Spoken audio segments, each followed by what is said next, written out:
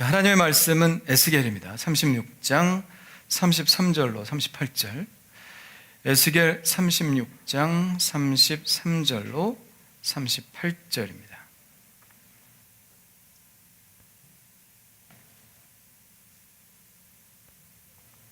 자, 우리 한 목소리 읽겠습니다. 시작. 주 여호와께서 이같이 말씀하셨느니라. 내가 너희를 모든 죄악에서 정결하게 하는 날에 성읍들에 사람이 거주하게 하며 황폐한 것이 건축되게 할 것인즉, 전에는 지나가는 자의 눈에 황폐하게 보이던 그 황폐한 땅이 장차 경작이 될지라. 사람이 이르기를 이 땅이 황폐하더니 이제는 에덴 동산같이 되었고, 황량하고 적막하고 무너진 성읍들에 성벽과 주민이 있다 하리니, 너희 사방에 남은 이방 사람이 나 여호와가 무너진 것을 건축하며 황폐한 자리에 심은 줄을 알리라. 나 여호와가 말하였으니 이루리라. 주 여호와께서 이같이 말씀하셨느니라.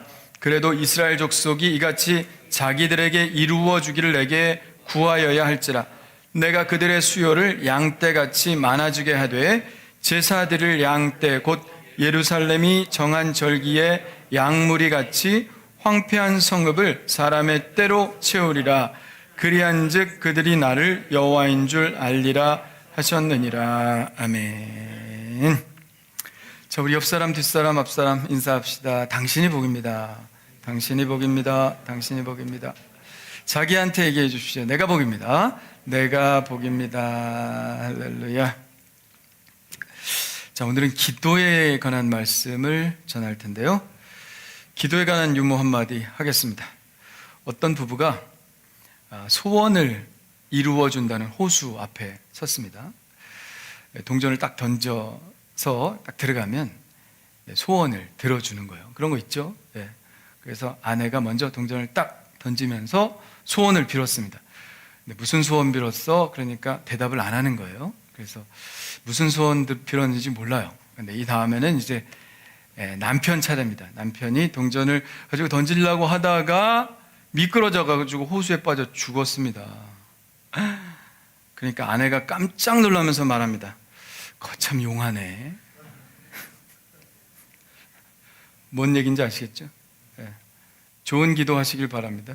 이런 기도 하지 마시고. 자, 사순절을 맞아 이제 사순절 기간 동안에 기도에 관한 말씀을 드리도록 하겠습니다. 기도에 관한 말씀을 아무리 듣는다고 해서 기도 잘하는 게 아닙니다. 기도에 관한 책을 아무리 많이 봐도 기도 잘하는 게 아닙니다. 어떻게 해야 돼요? 기도는 해야 되는 거예요. 할렐루야. 그냥 무릎 꿇고 시간을 내서 기도를 해야 되는 거예요. 그래야 기도하는 사람이지, 기도에 관해 아무리 좋은 말을 듣는다고 해도 내가 기도하고 있다고 착각하면 안 됩니다. 오늘 말씀을 통해서 도전만 받으세요. 도전 받으시고 기도를 실제로 여러분들이 하는 복이 있기를 간절히 축원합니다. 자, 오늘 먼저 말씀드리기를 원하는 것은, 자, 하나님이 여러분을 너무너무 사랑하시고 여러분을 위한 좋은 계획을 가지고 계시다는 말입니다. 자, 여러분들이 잘 아시는 이 말씀 여러분 꼭 붙들고 사시길 바라요. 예레미야 29장 11절인데요. 같이 읽어보겠습니다. 시작. 너희를 향한 나의 생각을 내가 아나니 평안이요 재앙이 아니니라. 너희에게 미래에 희망을 주는 것이니라. 아멘. 자, 하나님은 어떤 분이시라고요? 재앙을 주시는 분이 아니라 평안을 주시는 분이다. 미래에 희망을 주시는 분이 하나님이시라는 겁니다. 왜일까요? 왜긴요, 우리가 하나님의 자녀고 하나님이 우리를 사랑하시기 때문에 그렇습니다. 우리도 자녀들에게 최선의 것을 주기를 원하죠. 자녀들에게 재앙을 주는 부모가 어디 있겠습니까? 좋은 것 주시기를 원하죠. 우리는 하나님의 자녀고 하나님이 우리를 사랑하시기 때문에 당연히 하나님께서는 우리에게 평안을 주십니다. 자, 오늘 본문 내용이 그런 내용인데요. 지금 상황은 뭐냐면 이스라엘 백성들이 바벨론의 포로로 잡혀갔어요. 아주 먼 길을 묶여가지고 포로로 잡혀갔습니다. 그 화려했던 예루살렘 성전 다 무너져 내리고 불타고 지금은 먼 이국 땅에 잡혀 있는 거예요. 언제 다시 고향으로 돌아갈지도 모릅니다. 언제 부모 형제를 다시 만날지도 모릅니다. 절망감에 빠져 있겠죠. 그렇게 하루하루를 보내고 있을 때 하나님께서는 에스겔 선지자를 부르셨습니다. 절망에 빠진 하나님의 백성, 이스라엘 백성들에게 희망의 소식을 전해라. 이 말씀을 하신 거예요. 자, 33절 한번 읽어볼까요? 시작. 주 여호와께서 이같이 말씀하셨느니라. 내가 너희를 모든 죄악에서 정결하게 하는 날에 성읍들에 사람이 거주하게 하며 황폐한 것이 건축되게 할 것인즉. 아멘. 자, 먼저 무슨 회복이 있습니까? 너희를 모든 죄악에서 정결케 하시겠다. 바벨론에 왜 잡혀갔어요? 죄져서 잡혀갔잖아요. 우상 숭배하고 가난한 자를 압제하고 선지자들이 경고할 때 그 말씀 무시하고 때리고 가두고 죽이기까지 했습니다. 그래서 하나님께서는 바벨론을 몽둥이로 삼으셔서 이스라엘 백성들 징계하시고 바벨론으로 끌고 가신 거예요. 그러니까 이제 하나님께서 뭐라고 하셨어요? 모든 죄악을 정결하게 하시겠다 그랬죠. 그 얘기는 뭐예요? 이제 너희의 죄악을 이제는 용서하시겠다. 할렐루야. 이제는 죄 때문에 바벨론으로 끌려갔지만 이제 너의 죄를 용서하시겠다. 그 얘기는 뭐예요? 이제는 용서하고 다시 그 땅으로 돌아오게 하시겠다. 그런 말씀이죠. 먼저 정결케 먼저 사람을 회복시키시겠다는 말씀을 하나님께서 하십니다. 여러분, 세상이 변화되고 상황이 변화되고 그러기 전에요, 먼저 하나님은 우리 자신을 변화시키기를 원하신다는 사실을 믿으시길 바랍니다. 상황이 아무리 변해도요, 내가 변하지 않으면 변하는 게 없어요. 그대로 똑같이 됩니다. 여러분, 복권 타서 횡재한 사람들 많지만 그들의 삶이 좋게 변한 사람보다는 나쁘게 변한 사람들이 훨씬 많대죠. 왜 그럴까요? 상황은 변했지만 자기 자신이 변하지 않았기 때문에 그랬습니다. 그래서 하나님께서 모든 상황을 회복시키기 전에 먼저 여러분을 회복시키는 줄 믿으시기를 바랍니다. 우리 사람을 먼저 회복시키시고 또 도시의 회복에 대해서 말씀하고 계시죠. 성읍들에 사람이 거주하게 하며 황폐한 것이 건축되게 할 것인즉. 여러분, 사람이 먼저 회복된 모임이 회복됩니다. 그리고 막 건축들이 이루어지죠. 지금은 사람이 안 사니까 어떻게 돼요?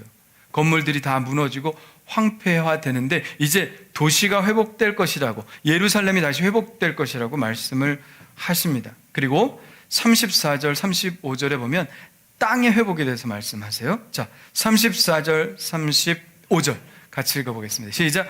전에는 지나가는 자의 눈에 황폐하게 보이던 그 황폐한 땅이 장차 경작이 될지라. 사람이 이르기를 이 땅이 황폐하더니 이제는 에덴 동산같이 되었고 황량하고 적막하고 무너진 성읍들에 성벽과 주민이 있다 하리니. 아멘. 창세기에 보면 아담과 하와가 저주를 받으니까 땅도 같이 저주를 받았죠. 근데 이제는 뭐예요? 사람이 회복되니까 땅도 회복된다, 이런 말씀입니다. 여러분, 사람이 은혜 받고 하나님께 돌아오면요, 여러분의 사업도 회복되는 줄 믿으시길 바랍니다. 예, 먼저 우리가 은혜 받고 하나님 앞에 바로 서면 우리의 사업도 경작하는 것, 우리의 농사, 우리의 사업이죠. 그것이 회복될 줄 믿습니다. 바벨론의 포로로 잡혀가서 하루하루 힘들게 살아가는 이스라엘 백성들에게 하나님은 하나님의 원대한 계획을 에스겔 선지자를 통해서 말씀하고 계신 거예요. 그것은 바로 이스라엘을 다시 회복시키시겠다. 희망의 예언, 회복의 예언을 하시는 거죠. 여러분, 하나님은 항상 여러분에게 희망을 주시는 분임을 믿으시기를 바랍니다. 하나님은 너는 안 돼, 하지 마, 못해, 그러시는 분이 아닙니다. 하나님은 우리에게 할 수 있거든이 무슨 말이냐? 믿는 자에게는 능치 못할 일이 없느니라. 할렐루야. 하나님 이렇게 우리에게 용기를 주시고 격려하시는 분임을 믿으시기를 바랍니다.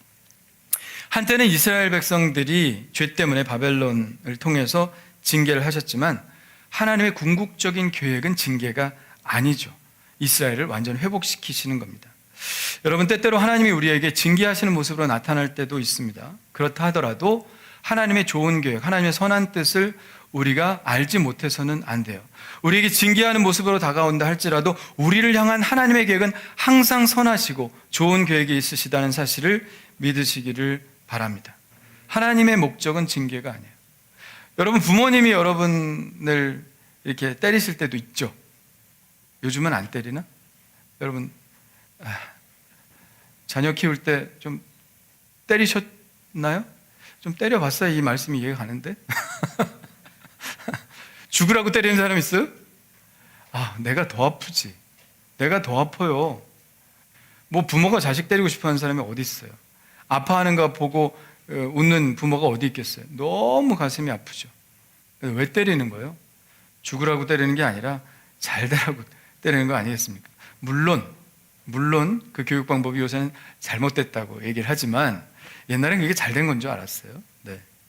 어쨌든 징계가 목적이 아니죠. 부모의 목적은 얘가 삶을 고쳐서, 잘못된 걸 고쳐서, 거짓말하면 이제 거짓말하지 말고, 속이면 속이지 말고, 뭘 손을 대면 손대지 말고 고쳐서, 그래서 복 받는 삶을 살라고 부모가 그렇게 손을 대는 거죠. 하나님도 마찬가지 아닙니까? 때때로 하나님이 우리를 내버려 두시는 것 같은 느낌이 들 때도 있어요. 아, 하나님 왜 나를 이렇게 곤경에 몰아넣으시나? 하나님께서 남을 이게 너무 심하게 다루시는 거 아니야? 이렇게 생각할 때도 있지만 우리가 추호도 의심하지 말아야 되는 것은 하나님은 나를 사랑하시고 나를 위해 좋은 계획을 가지고 계시다. 할렐루야. 따라합시다. 하나님은 우리를 향한 좋은 계획을 가지고 계시다. 할렐루야. 잊지 마시기 바랍니다. 왜 그럴까요? 하나님은 사랑이시기 때문이죠. 하나님은 사랑이시며 사랑이 하나님의 본질입니다. 하나님은 자신의 본질과 상반되게 행동하실 수가 없어요. 하나님은 사랑이시기 때문에 사랑처럼 행동하십니다. 할렐루야. 항상 최선의 것을 우리에게 주신다는 거예요. 우리 자식들을 어떻게 고생시킬까 연구하는 부모 없잖아요. 어떻게 자식들을 곤경에 몰아넣을까, 저가 하는 것을 못하게 만들까 그렇게 생각하지 않습니다. 왜? 우린 자녀들을 사랑하기 때문이죠. 부모가 자녀들을 사랑하는 마음은 그런 마음을 용납하지 못해요. 무조건 자녀들이 잘되고 복받고 살기를 원하는 거예요.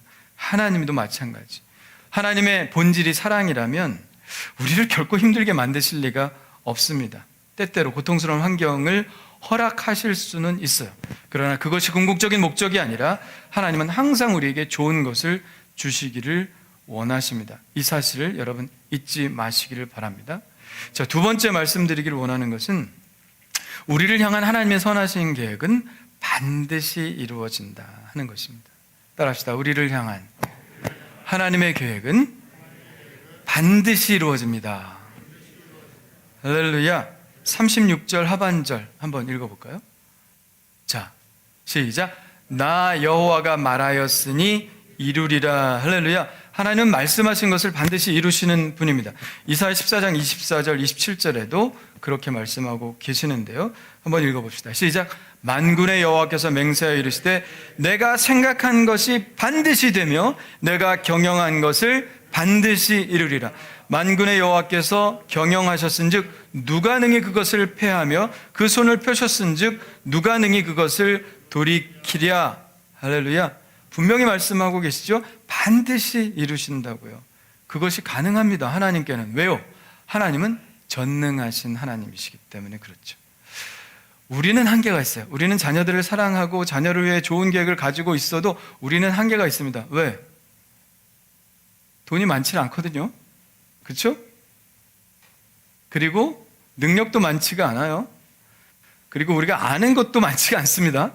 자녀들을 사랑하고 좋은 거 많이 해주고 싶지만 우리의 능력에는 한계가 있어요. 우리가 자녀들을 사랑하고 좋은 계획을 가지고 있어도 다 이루어지지 못합니다. 그러나 하나님은 가능하시죠. 왜요? 하나님은 전능하신 하나님이시기 때문에 그렇습니다. 여러분, 하나님이 전능하신 하나님이심을 믿습니까? 믿어요? 좀 크게 아멘 해봤어요. 아멘이죠. 네. 하나님이 전능하시지 않다면 여러분 믿을 필요가 뭐 있겠어요? 하나님도 우리 같이 한계를 갖고 계신 분이라면 우리가 하나님을 왜 믿겠어요? 여러분이 하나님을 믿는 것은 여러분은 하나님에 대한 이런 믿음이 있기 때문입니다. 하나님은 전능하시다. 할렐루야. 그러면 다 된 거예요. 하나님이 우리를 사랑하시고 우리를 위해 좋은 계획을 가지고 계시며 그 일을 이루실 능력까지 있으신 하나님이시면 다 되는 거 아닙니까? 여러분, 이 사실을 반드시 믿으시기를 바랍니다. 그런데 한 가지가 더 남았죠. 우리를 위한 선한 계획 가지고 계시고 전능하셔서 우리를 위해서 하실 수 있는 능력이 있으셔도 한 가지가 더 남았습니다. 가장 중요한 것은 37절이죠. 37절 읽어보겠습니다. 시작. 주 여호와께서 이같이 말씀하셨느니라. 그래도 이스라엘 족속이 이같이 자기들에게 이루어 주기를 내게 구하여야 할지라. 아멘. 이게 오늘 말씀의 핵심입니다. 하나님이 아무리 좋은 계획 가지고 계셔도, 그리고 그 계획을 이루실 능력이 있으셔도 언제까지 기다리신다고요? 우리가 기도할 때까지 기다리신다. 이스라엘이 회복되는 건 이스라엘 백성뿐만 아니라 하나님의 간절한 바람이시겠죠. 하나님이 누구보다도 그 회복을 간절히 바라고 계십니다. 그리고 그 일을 이룰 것이라고, 반드시 이룰 것이라고 분명히 말씀하셨습니다. 근데 조건이 오늘 붙는 거예요. 뭐요? 그래도라는 말에 주목하십시오. 하나님의 계획이고 하나님이 그 일을 이루실 소원이 있으셔도 그래도 한 가지 조건이 남아 있다는 거예요. 뭐예요? 이스라엘 백성들이 기도로 하나님의 계획에 동참하지 않으면 그 일을 하나님께서 이루시지 않는다, 움직이시지 않을 것이다 하는 것입니다. 하나님은 우리의 인생 계획에 대한 설계도를 다 가지고 계십니다. 그리고 우리가 간구하고 요청할 때 비로소 그 일을 시행하시는 거예요. 그게 바로 하나님께서 우리를 통해서 일하시는 방식입니다. 하나님은 결코 단독적으로 일하시지 않습니다. 하나님은 우리의 기도를 통해서 일하시는 것입니다. 자, 하나님은 기도를 통해서 일하신다는 사실을 성경 말씀을 통해서 우리 일관되게 발견할 수 있는 원칙인데요, 예수님이 기도에 관해서 이런 말씀하셨죠. 구하라, 그리하면 너에게 주실 것이요, 찾으라, 그리하면 찾아낼 것이요, 문을 두드리라, 그러면 너희에게 열릴 것이니. 아멘. 이 이야기는 다른 말로 하면 뭐예요? 구하기 전에는 안 줄 거야. 찾기 전에는 찾지 못할 거야. 문을 두드리기 전에는 너희에게 결코 열리지 않을 거야. 제가 말씀한 해석이 맞습니까? 맞죠. 구하라, 찾으라, 두드리라, 그 얘기는 뭐예요? 그렇게 하지 않으면 나는 움직이지 않을 거야, 이런 말씀이죠. 야고보서 4장 2절에도 말씀합니다. 너희가 얻지 못함은 구하지 않기 때문이요. 여러분, 우리가 구하면 얻을 수 있는데 구하지 않기 때문에 얻을 수 없다면 그만큼 억울한 일이 어디 있겠습니까?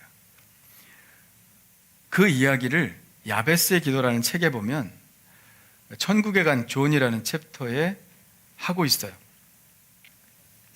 저는 이 이야기가 계속 자극이 됩니다. 기도하게 하는 자극이 돼요. 자, 어떤 이야기입니까? 존이라는 사람이 죽어서 천국에 갔습니다. 베드로가 그를 안내하기 위해서 천국 문 앞에 기다리고 있죠. 왜 베드로일까요, 하필? 천국의 열쇠를 예수님이 너에게 주리라 말씀하셨잖아요. 그래서 베드로가 천국 문에 서 있답니다. 베드로가 보여주는 황금길과 아름다운 저택, 그리고 천사들이 노래 부르는 그 황홀함 속에서 이상한 건물 하나를 발견했습니다. 커다란 창고 같았어요. 창문은 하나도 없었고 그저 문 하나가 달려 있었습니다. 안을 좀 가보자고 하자 베드로가 꺼리면서 말합니다. 안 보는 게 나을 거야.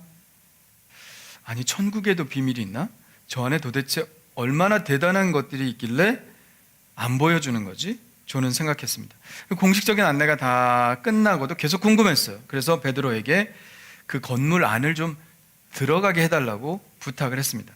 결국 베드로는 마음이 약해져서 문을 열어주었는데요, 문을 열자 그 거대한 창고 같은 건물 아래에서 위까지 선반으로 가득 차 있고 그 선반 위에는 상자들이, 예쁜 상자, 빨간 리본이 달린 상자들이 쫙 나열돼 있었고 거긴 택이 붙어 있었어요. 사람의 이름이 적혀 있었습니다. 그래서 존이 궁금해서 물었어요. 베드로 선생님, 제 것도 있나요? 제 이름도 있나요? 그러니까 물론 있지. 근데 안 보는 게 좋을 거야. 빨리 나가자. 그러는 거예요. 그래서 존은 아니, 내가 봐야 되겠어요. 그리고 자기 이름이 적힌 상자를 열었습니다. 열었을 때 그는 자기에게 줄 선물이 가득 차 있을 거라고 기대했습니다. 왜냐하면 자기 이름이 적혀 있었으니까. 그런데 그 상자를 열자마자 이 존은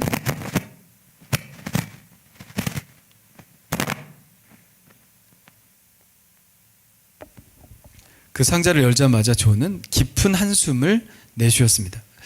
존이 열어본 하얀 상자 안에는 안타깝게도 이 세상에 있을 때 하나님께서 나에게 주기로 약속한 복들이 차곡차곡 쌓여 있었습니다.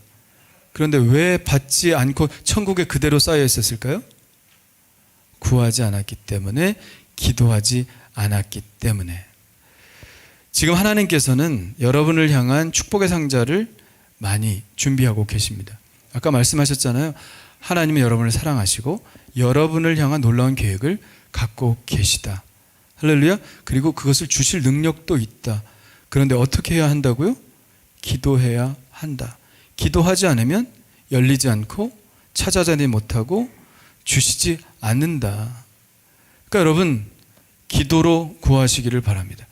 그러면 그 상자 안에 여러분의 기도가 있는 것이 그 상자 안에 있다면 여러분은 그 기도를 통해서 그 상자를 열어 제낄 수 있을 것입니다. 여러분, 기도로 그 상자를 여시길 바랍니다. 그 기도로 자물쇠를 회파하시길 바랍니다. 그래서 그 상자 안에 있는 모든 여러분을 향한 계획이 다 이루어지게 되시기를 간절히 축원합니다. 구하지 않으면 얻을 수 없다는 것이 하나님의 원칙이죠. 그러면 구할 때까지 하나님 뭐 하고 계실까요? 기다리고 계시는 거예요. 축복의 보따리, 기도응답의 보따리를 쌓아놓고 기다리고 계십니다. 근데 우리는 언제 기도해요? 우리는 힘이 빠지면 기도하더라고요. 내가 할 수 있는 거 그냥 다 해보고, 그리고 나서 정말 다른 의지가 다 무너졌을 때, 그때야 비로소 하나님께 기도하더라고요. 하나님은 그때까지 기다리시는 거예요. 할렐루야. 힘 다 빠지고. 그래서 저는 이 하나님의 힘 빼기 작전이라고 그럽니다. 힘이 다 빠지고 비로소 주님 하고 무릎을 꿇을 때까지 하나님은 기다리고 계십니다. 그럴 때 사람이 변화되는 것이거든요. 그때 사람이 변화되고 하나님을 의지하게 되고, 그러면 하나님께서 그 기도를 들으시면서 모든 상황들이 바뀌고 변화하게 되는 거예요. 저도 옛날에 제가 기도응답 3종 세트 이런 설교 한 적이 있을 겁니다. 집 열쇠를 막 찾는데 이게 없는 거예요. 그게 꼭 있어야 되는데, 문 잠고 나가야 되는데, 그때는 번호키가 없었어요. 2시간을 찾았는데 다리도 아프고 허리도 아프고 너무 힘들더라고요. 그래서 무릎을 딱 꿇었죠. 주님, 힘이 없어서 도저히 못 찾겠습니다. 찾을 땐 다 찾아봤습니다. 털썩 무릎을 꿇었어요. 주님, 찾게 도와 주시옵소서. 찾았을까요? 못 찾았을까요? 찾았어. 커튼 밑으로, 커튼 뒤로 바지가 걸려 있었는데 커튼이 쳐서 그 바지가 안 보였던 거야. 근데 기도한 무릎을 꿇고 눈을 딱 뜨는 순간 바지가 살짝 보였어요. 커튼 밑으로. 활짝 제치고 바지 주머니에 손을 넣으니까 열쇠 거기 있는 거예요. 제가 어떻게 할게요? 할렐루야 그랬지 뭐. 할렐루야. 기도했으면 좀 빨리 찾았을 것 같은데. 사람이 열쇠 가지고 기도하는 사람이 어디 있습니까? 그죠? 근데 힘이 다 빠지니까 기도하게 되더라고요. 내가 할 수 없다고 생각하니까 기도하게 되더라고요. 여러분, 기도할 때까지 하나님 기다리시는 거예요. 그리고 하나님의 능력을 보여주시는 것입니다. 그러므로 사랑하는 성도 여러분, 하나님께서 일하실 수 있도록 기도하시길 바랍니다. 이 세상의 역사를 통해서 하나님께서 일해 오셨다면 거기에는 반드시 기도의 일꾼들이 있었습니다. 우리 교회도 이렇게 하나님께서 세워주시고 성장시켜 주셨다면 그 뒤에는 반드시 기도의 일꾼들이 있었습니다. 초대교회에 하나님이 왕성하게 활동하셨죠. 그 이유가 무엇입니까? 금식하고 기도하던 기도의 일꾼들이 있었기 때문입니다. 사도 바울이 그렇게 놀랍게 지중해를 휩쓸며 하나님의 교회를 세우셨던 것은 그도 기도했겠지만 그를 위해서 기도했던 수많은 중보의 기도자들이 있었기 때문입니다. 마르틴 루터의 종교개혁이 위대하고 세계를 변화시켰겠지만 그를 위해서 금식하고 눈물 뿌려 기도하는 기도의 군대들이 있었기 때문에 가능했던 것이고요. 우리나라의 이 교회의 성장도 바로 새벽마다 기도했던 기도의 일꾼들이 있었기 때문입니다. 부흥이 일어난 곳에는 반드시 하나님께서 기도하는 자를 일으켜 주시는 줄 믿습니다. 이사야 선지자가 이렇게 절규했죠. 이사야 62장 6절 같이 읽어보겠습니다. 시작. 예루살렘이여, 내가 너의 성벽 위에 파수꾼을 세우고 그들로 하여금 주야로 계속 잠잠하지 않게 하였느니라. 너희 여호와로 기억하게 하는 자들아 너희는 쉬지 말며 또 여호와께서 예루살렘을 세워 세상에서 찬송을 받게 하시기까지 그로 쉬지 못하시게 하라. 아멘. 기도 안 하면 하나님이 쉬신다는 거예요. 하나님 쉬지 못하시게 하라는 거예요. 그게 뭐예요? 기도해서 하나님 좀 쉬지 못하시게 하라. 그 얘기는 뭐예요? 하나님 좀 들들 볶아라 이런 얘기예요. 하나님 일하시도록, 하나님 왕성하게 일하시도록 하나님을 좀 들들 볶아라. 뭘로? 기도로. 하나님 기도하시면 하나님 안 들으실 수 없잖아요. 들으시면 일하지 않으실 수 없잖아요. 그러니까 하나님을 쉬지 못하시게 하라. 할렐루야. 우리가 기도하지 않는다면 하나님은 우리 교회를 향한 뜻을 지금 쉬고 계시는 줄 압니다. 그러면 되겠어요? 하나님 우리 교회를 위해서 열심히 일하셔야 되지 않겠습니까? 아버지가 일하시니 나도 일한다. 같이 일해야 되지 않겠습니까? 그래야 신나는 교회 되지 않겠습니까? 그런데 우리가 기도를 안 하니 하나님이 쉬시는 거죠. 이사야 선지자는 분명히 말합니다. 하나님으로 하여금 쉬지 못하시게 하라. 이건 교회뿐만 아니라 여러분 개인의 삶도 마찬가지입니다. 하나님께서 여러분의 삶에 손을 대셔야 한다면 하나님 쉬지 못하시게 하십시오. 기도하십시오. 하나님께서 생각하지 않을 수 없도록, 일하시지 않을 수 없도록 하나님 들들 볶으십시오. 기도하라는 얘기입니다. 사랑하는 성도 여러분, 여러분에게 부탁하고 싶은 것이 있습니다. 언젠가는 코로나19가 끝날 것입니다. 아니, 끝나지 않더라도 잘 다룰 수 있게 될 거예요. 믿죠, 여러분? 네, 계속 이렇게 가지는 않을 겁니다. 그런데 그때까지 교회는 많이 약화될 거예요. 지금도 문 닫는 교회들이 많이 있다는 보도를 제가 봤습니다. 그러나 코로나가 끝나고 나서 하나님이 부흥을 반드시 다시 일으키셔야 될 줄 믿습니다. 저는 그런 기대를 가지고 있어요. 그때까지 여러분 기도의 분량을 채우시길 바랍니다. 함께 모이지는 못해도 기도할 수는 있잖아요. 할 수 있는 것은 해야죠. 할렐루야. 그냥 하나 못한다고 다 못하는 건 아닙니다. 그냥 할 수 있는 것은 해야죠. 교회가 뭐 한두 번 어려웠습니까? 교회는 언제나 위기였어요. 그리고 박해와 핍박을 받았던 때도 얼마나 많은지 모릅니다. 그래도 지금은 20%라도 이렇게 모이지만 교회 가면 잡아가던 때도 있었고 사형시키던 때도 있었습니다. 그런데 교회는 여전히 건재했습니다. 할렐루야. 세상의 나라, 권력, 권세 다 무너져도 지금까지 수천 년 동안 하나님께서 붙잡고 계신 것은 바로 교회인 줄 믿으시기를 바랍니다. 교회는 결코 넘어지지 않을 거예요. 그렇지만 그것을 위해서 기도하는 자들이 있어야 한다는 것이죠. 하나님께서 다시 새롭게 일으켜 주실 그런 은혜가 우리에게 있으려면 바로 우리가 기도해야 한다는 것입니다. 지난주 목요일 날 우리 문바나바 선교사님 C국에 문바나바 선교사님 오셔서 저랑 식사 같이 하시고 오랫동안 이야기를 나누었습니다.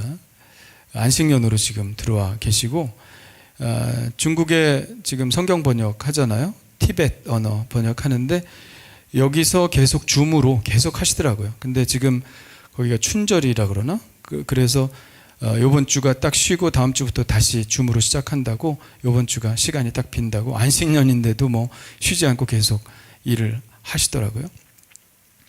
근데 그분하고 협력하는 사람들이 한국 분들도 있지만 한국은 사실 재정적인 서포트만 좀 하시고 그리고 같이 협력하는 사람들은 다 한족 교회들이라고 그래요. 한족 교회들이 자기의 사역을 여러모로 서포트하고 있다. 주로 사람 서포트를 많이 하고 그런다고 얘기를 해요.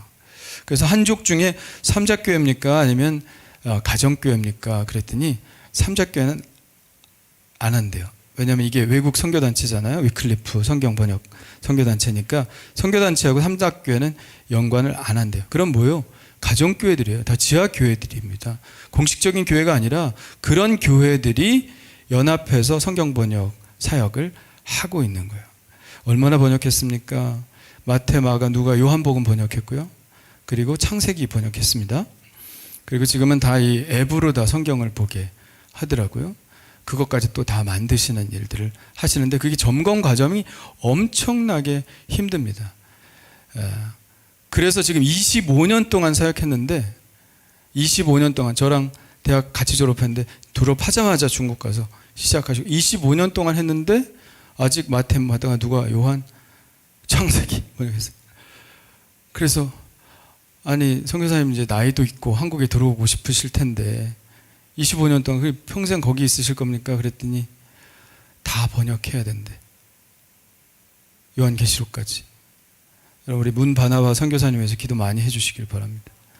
서울대학교 나와가지고 그 종교학과 그 수재인데 그냥 바로 그냥 중국에 가서 그 성경 번역을 위해서 매달리는 그거 보면 저는 너무 존경해요. 제가 목회자 중에 제일 존경하는 후배, 1년 후배지만 후배입니다. 아니 지금까지 25년 동안 5권 번역했는데 요한계시록까지 어떻게 번역하려고 하냐. 그러니까 가속도가 붙을 줄 믿는데 지금까지 해온 일이 있으니까 사람들이 더 많이 붙여지고 그리고 하나님께서 가속도를 붙여주시면 다 할 줄 믿는데요. 그래서 제가 깜짝 놀랐어요.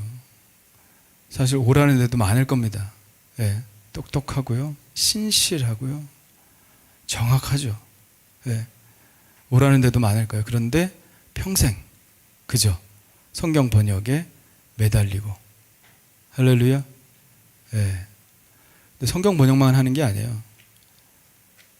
오늘 또 왜 샜어 좀. 성경 번역만 하는 게 아니라 그것을 위해서 티벳 사람들 양육합니다. 교회를 세워요.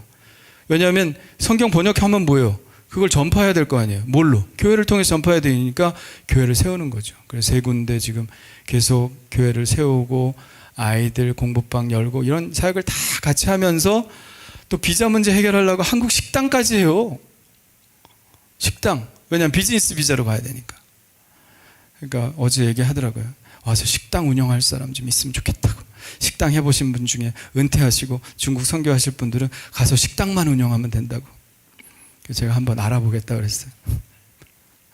할렐루야. 네. 그분이 식당 운영하면 자기 빈자 문제 해결하면서 선교할 수 있다고. 무슨 얘기하다 이런 얘기냐. 여러분 중국 교회가 죽은 줄 알았어요. 중국 공산당이 들어와서 다 없어진 줄 알았어요. 그런데 개방이 딱 되고 나니까 그 지하에 있던 그리스도인들이 쑥 올라왔습니다. 우리나라보다 훨씬 많죠? 몇 억이 되니까. 여러분 교회는 죽지 않습니다. 수십 년간 억눌렀지만 교회는 다시 일어납니다. 그 지하에서 기도한 수많은 사람들의 그 기도가 쌓여서 본물처럼 일어나고 있는 것이죠. 여러분 지금은 어쩌면 에스겔의 포로기 시대와 같습니다. 황폐합니다. 그러나 하나님은 언제까지나 이렇게 내버려 두시지는 않을 거예요. 70년 동안 포로로 있었지만 하나님께서는 돌이키신 것 같이 반드시 그때가 올 것입니다. 왜냐하면 하나님은 우리를 위해 항상 좋은 계획을 갖고 계시기 때문입니다. 그리고 하나님은 그 일을 하실 수 있는 능력도 있으십니다. 문제는 기도입니다. 지금까지 진짜 부흥이 일어난 곳에는 많은 기도 용사들이 드린 끈질긴 기도가 있었습니다. 그리고 그런 기도를 통하여 하나님께서는 위대한 역사를 이루어내셨죠. 하나님이 강력한 능력을 나타내실 때는 먼저 성도들을 불러 일으키십니다. 그리고 그들을 낮추시고 홀로 있게 하시고 기도하게 하십니다. 우리에게 가장 필요한 것은 여러분과 저와 같은 사람들이 신실한 기도의 짐을 함께 지는 것입니다. 부흥은 줄이고 목마른 영혼들이 충분히 있고 간구하는 중보의 기도자들이 충분히 있으며 울며 기도할 성도들이 충분히 있고 금식할 만큼 필사적인 사람들이 충분히 있을 때 비로소 부흥이 일어납니다. 따라서 만일 여러분 마음속에 하나님의 부흥의 능력과 영광이 다시 이 땅에 나타나기를 간절히 사모하는 주림과 목마름이 있다면 그것은 바로 하나님께서 여러분을 통해서 충분히 일하실 의사가 있다는 것입니다. 여러분들이 이런 마음에 불타는 마음을 가지고 소원하며 기도하시기를 바랍니다. 어떤 설교자의 외침이 제 귓가에 여전히 메아리치고 있습니다. 어찌하여 수많은 그리스도인들이 그토록 자주 패배하는가? 기도를 너무 적게 하기 때문이다. 어찌하여 수많은 교회 일꾼들이 그토록 자주 용기를 잃고 낙심하는가? 기도를 너무 적게 하기 때문이다. 어찌하여 대부분의 사람들이 그들의 사역을 통해 어둠에서 빛으로 이끌어내는 영혼이 그토록 적은가? 기도를 너무 적게 하기 때문이다. 어찌하여 우리 교회는 하나님을 향한 뜨거운 불이 타오르지 않는가? 참된 기도가 너무 적기 때문이다. 어쩌면 이 사태는 교회로 하여금 기도를 회복하게 하시라는 하나님의 뜻일지도 모릅니다. 사순절입니다.